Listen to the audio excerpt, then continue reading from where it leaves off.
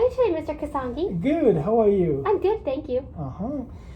So today we are going to do another enzyme lab. Mm-hmm. And today's enzyme lab is about the effect of pH on an enzyme. And the enzyme we're going to use is known as catalase. Okay. Yeah. Do you have any questions before we start? Well, maybe can you explain this setup? What's what? And there's a lot of things happening. Good question. And I think that's very important in terms of our procedure for us to be aware of what is around us before we start the experiment, right? So in these three test tubes, all I have is equal amount of hydrogen peroxide, okay? And then in this graduated cylinder here, I have potato juice, okay, potato juice. Why do you think I'm using the potato juice? Well, from what my teacher told me, potatoes are technically alive. So maybe that's why? You're very close. Our source of enzyme today is going to be from the potato, and we're talking about, just for the sake of transparency, just the potatoes we eat at home, right? We just got this from our kitchen. And yeah, you're right, potatoes are alive, and you can see these ones are even trying to grow. So potatoes are alive, and potatoes also contain a lot of catalase enzyme. Okay, they're a very good source of catalase enzyme. Similar to our liver, like the other day? Exactly. It's the same enzyme that you'll find in the liver and green pepper and yeast. Okay. All right. So we made some potato juice, and that's going to be our source of enzyme. Now, the other thing we have here is sodium hydroxide. Okay, and we'll talk about that in a minute. And then we have some vinegar. Vinegar. You can show them, container of vinegar over there, right? So just the vinegar that we use in our kitchen, right? So we're going to investigate the behavior of the enzyme in an acidic environment using vinegar, and we're also going to investigate the behavior of the enzyme in a basic environment, alkaline environment, using sodium hydroxide. And then we're going to also look at the behavior of the enzyme in an environment that is neither acidic or alkaline, i.e. a neutral environment, okay? So that's what we have. On the other hand, on the other side of our table, we have a computer which is connected to the probeware that we're going to use to monitor our rate of chemical reaction. So we're going to be using a pressure sensor, okay? There's a pressure sensor, and it's connected to our computer here. And we're going to collect all our data on the computer. Are we ready? Yeah, let's go. Let's do this. I'm excited. So in terms of experimental design, please pay attention to what we're doing here. We made sure that we are using equal amount of hydrogen peroxide. We're going to use equal amount of the enzyme. And so we're going to make sure that we are manipulating our variables using the right scientific process. All right. Okay. So what we're going to do now, the first experiment, we're going to add the enzyme to, before we do that, we're going to add water, okay? We're going to add about 3 ml of water, okay? You have that one? Which one of these? That one's water? For the water, okay. This is interesting. So I think we're gonna get a new container just for. All right. So we'll go ahead and get started. So Mr. Polis, go ahead and add water. Okay. So we have 4 mLs of water being added to our hydrogen peroxide in the test tube. Yes. Okay. So we just kind of mix up. Remember, in the test tube we had hydrogen peroxide, and now next we want to add the. This is our enzyme. This is our potato juice. We have 4 mLs of our enzyme. Okay. So we're gonna go ahead and just shake it a little bit, and then here we go. So I'm gonna hit collect, and all right. Now that's what I was looking for. Okay, so now we're seeing the pressure build over time. So notice the pressure is building. And what is causing the pressure, Mr. Boris? Okay, so let's look at our test tube. Okay, so right now there's an enzymatic reaction occurring. The oxygen is being released from the hydrogen peroxide. Okay, so now we're building up this oxygen in here.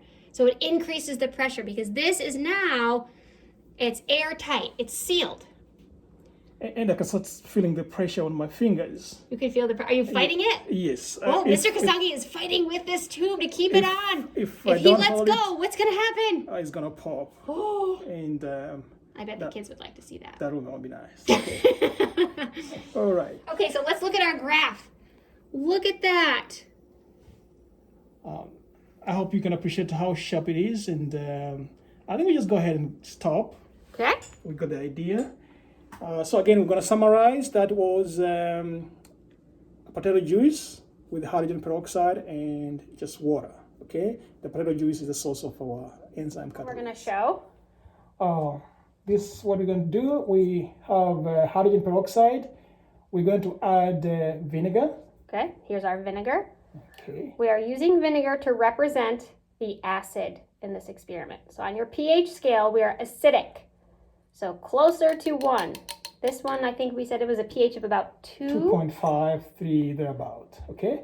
So what I'm going to do is just make sure that I mix up my acid with the hydrogen peroxide. Then we're going to add the enzyme now. Adding our potato juice. And Ooh, I'm interesting. Gonna mix up again. And Cap it. okay, I'm gonna cup it, just the same thing, and hit collect. Collect. And choose store latest one. Okay. Okay, now let's look at our data. See what happens. So this is pretty neat because we can be able to compare the first experiment and the second experiment. So the first experiment will show up red. Yes. The second experiment is showing up blue. And we use the same procedure. The only difference is with the second experiment we're using, we mixed it with an acid instead of water. Okay. Now take a look at the difference in the test tubes too. Okay. This one doesn't really seem like it's doing a lot. It seems a little cloudy. Okay, you want to compare with the other one that is still going on? And remember our first experiment? This was just hydrogen peroxide, enzyme, and water. Okay. Are you fighting the pressure on this one too? Not really. No. I'm just trying to hold it tight just to make sure that nothing escapes, just in case there's anything. Yeah. Okay, so now if we look at our graph one more time, comparing. What can we conclude from this? What does this tell us? I wonder. That would be a good question for the students to answer, right? What is going on? What is going on in the second experiment? Do you think we are collecting much oxygen? I don't think so. And what do you think happened to the enzyme? It's pretty consistent. I wonder. Do you think that hydrogen peroxide is being broken down? Well, I think that maybe a little bit, but Just a little bit. not enough. Okay. Not like the last one. All right. So I guess students will be thinking about, you should be thinking about what is going on in the second experiment. What do you think the acid did to the enzyme? Okay, so we're going to stop. All right, setup number 3. Okay, so we've done the first setup, second setup. Now we want to do the third setup for experiment on the effect of pH on enzyme reaction. So in this setup, I have hydrogen peroxide, just like the other two. We're going to add sodium hydroxide. Just mix up a little bit. Shake it. Our potato juice enzyme. enzyme.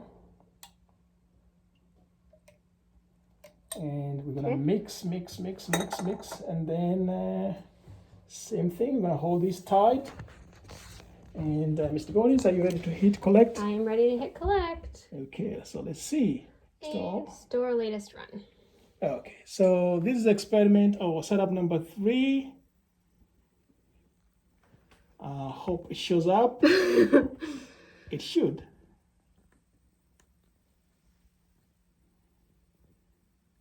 Oh, there it is. I see it. It's collecting the data. There it goes. There it goes. Didn't start at 0 like the others for some odd reason.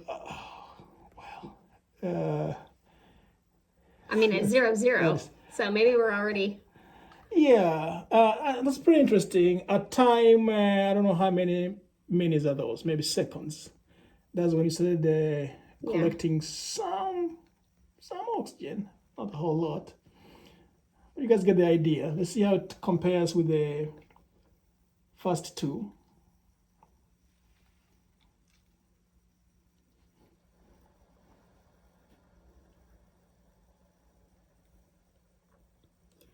Okay, now let's look at our test tube, see what's happening in there. Oof, not a lot.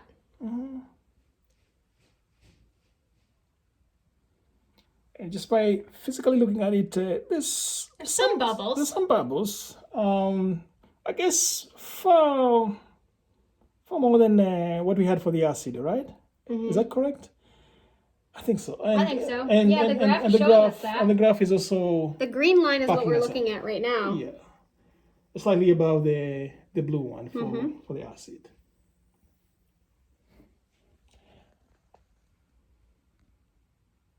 All right. So go ahead and compare the first. Just hold on for a minute. Compare the first setup, the red line with the blue line and the green line. And I guess the question should be thinking about what's the ideal pH for catalase enzyme.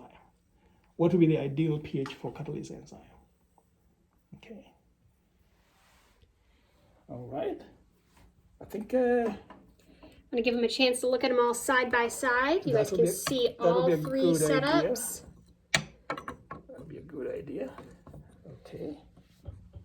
All right, so this is your first experiment with just water. pH approximately, what are we going to give it? So that's just distilled water, so say 7. 7. Neutral pH, yeah. This was our acid. Notice we have a bit of a precipitate forming. Cloudy-ish looking substance there. I wonder what caused that, but things happen in science. Okay, all right. And then so this one was our acid, and this is our base. Okay, so which one do you think now is the optimum, or where's the enzyme working at its best? Okay, so you're going to answer that with your teacher.